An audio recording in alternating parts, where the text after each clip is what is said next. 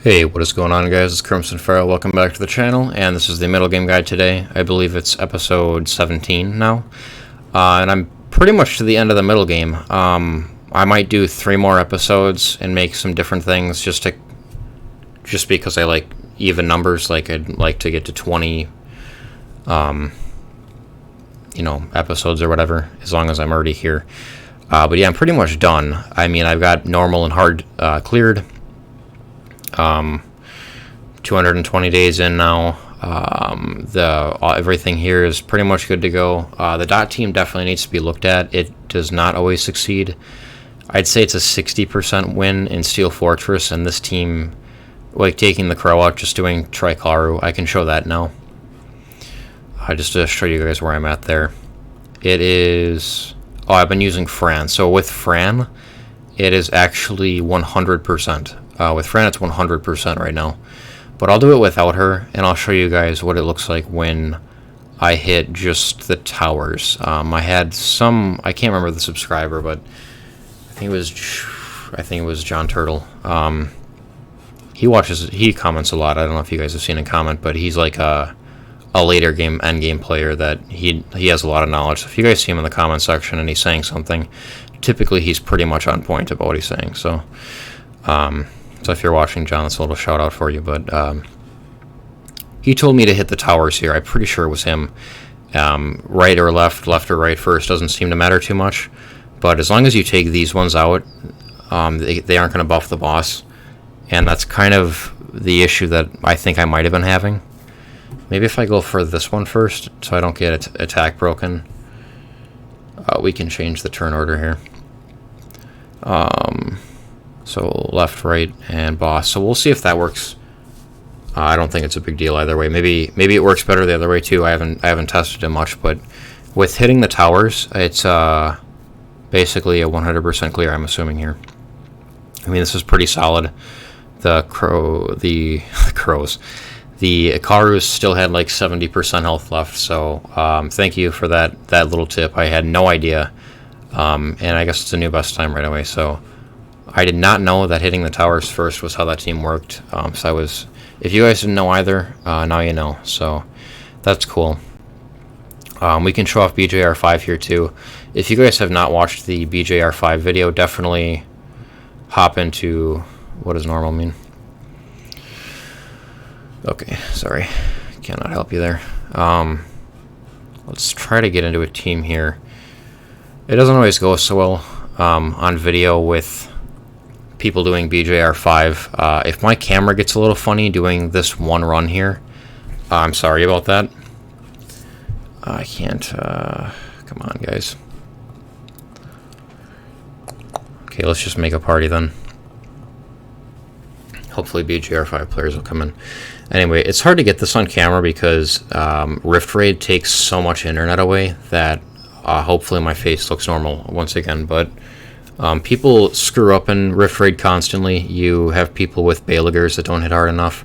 You have people with supports that their leader is surviving the attacks. Their leader has more HP and defense than their Lauren does. Just weird stuff like that. Okay. I have a Lupinus here. I finally found, you guys, after... Oh, I feel like this was in the early game guide I did, where I built Lupinus, and it was like, I'll figure out something for her someday. I finally got it. She's a leader skill in BJR5.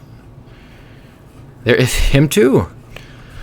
So yeah, she's even 6-starred awakened. She has low enough stats that you can put really terrible fight runes on her, and she will not have enough effective HP to withstand the first hit of the boss. So yeah, I think I finally found her place on my account. It's she's a leader skill. Of course, if I could get back the fodder, the essences, and the like a 6-star Forbidden Evolution scroll or something as compensation, I would 100% exchange her in if Comtwist ever did anything like that, where you could spend, I don't know, they would probably make it crystals. I think they'd have to. I mean, for me, mana is actually more valuable than crystals. Like, my crystals, I just basically blew 14,000 of them on those lucky boxes, and that was cool with me. But anyway, a good successful run there. It's working 100%. It's fine. All the runes are in that video, but I will show you guys the Balegar here. So he has some of our artifacts that help. The attack up effect is huge. Additional damage based on anything is great. Attack is obviously the best, but you should have a decent amount of HP and defense on him too, so that he survives. And then crit damage is more enemy. HP is great. It's going to make your numbers look a little funny if you have something like this, and then you come over here and you have 39% extra crit damage as there's less enemy HP. This actually stacked up to being like 2,500 more damage on my second hit than at the start of the fight. The first hit Balegar does. But he still hits for 34k for the first hit, so he's totally fine anyway. Skill 3 crit damage is huge for Balegar, and then additional damage here. So additional damage and crit damage on skill 3 are definitely the most effective. But if you can get a little extra crit damage here, like if you get 9% there and you could get 6% here, like that'll help you push up when you don't have max towers. And with that said, actually, I don't 100% know what to do with my towers. I have a general idea.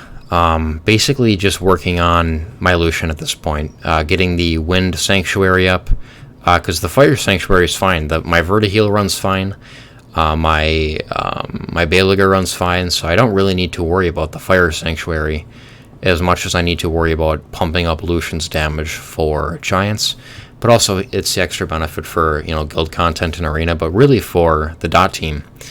My Dot team performs significantly worse than my Trikaru team, and my BJR5, it either works or it doesn't. So my BJR5 team is totally fine, but I should probably work on just these 3 towers and then the Wind Sanctuary, and then try to re-ruin the Dot team for fight.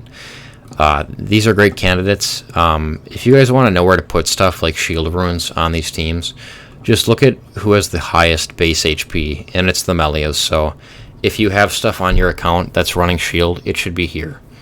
And she has 2 shield sets, but she's running speed, HP, defense, and it's not maxed here on this rune, so really this should be HP. You want to stack as much HP as possible on whatever is running shield.